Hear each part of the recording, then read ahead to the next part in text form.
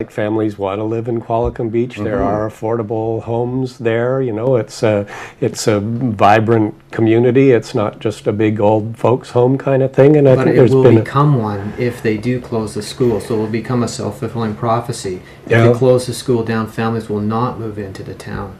Yeah. What were the 5 initiatives anyway that you presented to him? The 5 initiatives, number 1 would be to increase the already successful international program. $6.5 billion a year industry in Canada, and directly in our district it gives $1.9 million directly to the school board, and it's estimated another $0.5 to $1 million in additional revenue to the Oceanside economy.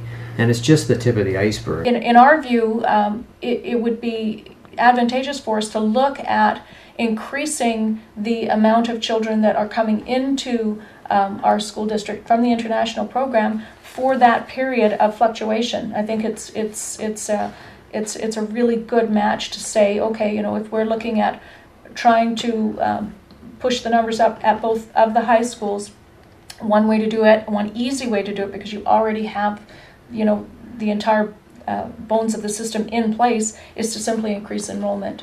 I think the Matrix report, which was a report that was tabled that recommended, 3 of the recommendations were to close KSS, didn't count the enrollment of the foreign students at all. That they said, well, your numbers are down to this much, and it triggered the process to begin school closure. They don't count the numbers of the kids that are there.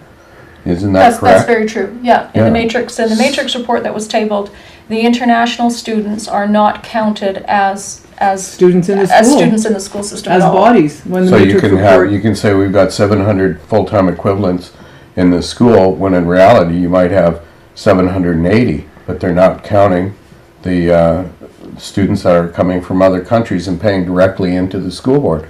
So it gives a skewed picture of what's happening. And if you're looking at increasing the capacity for a short time of 4 to 5 years, and you're doing that with the international program versus closing the only high school in Qualicum Beach, to me, there's no discussion. To me, it's just an absolute no-brainer. Great program with all these great people teaching it. And if you were a parent, you'd like to send your kid to a small Oceanside community of 5,000 people as opposed to a large city like Toronto or Vancouver. Programs, like KSS also has a drag racing program. At one time there was an aviation program that was there. So, the point is that without the facility, there's hard to have a place to be creative if there's no facility to be creative in.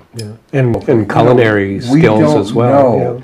We have no idea what schools are going to look like in 30 years. Well, or what skills that are needed and what's the valuable asset. And so to say, well, as soon as you drop below this certain amount, we're going to trigger a funding formula. That means we're going to close this facility. It's like, give your head a shake, let's step back and say, let's look at other uses for this building. Disappointed with or frustrated with is the sort of in the box thinking that this is the picture of education and the number has dropped below that level, and so then we must do this. And we are really in OCQE trying to encourage a much more open, a much more no guidelines. Let's look at every single alternative, and every single alternative needs to be looked at thoroughly before any school closure is considered.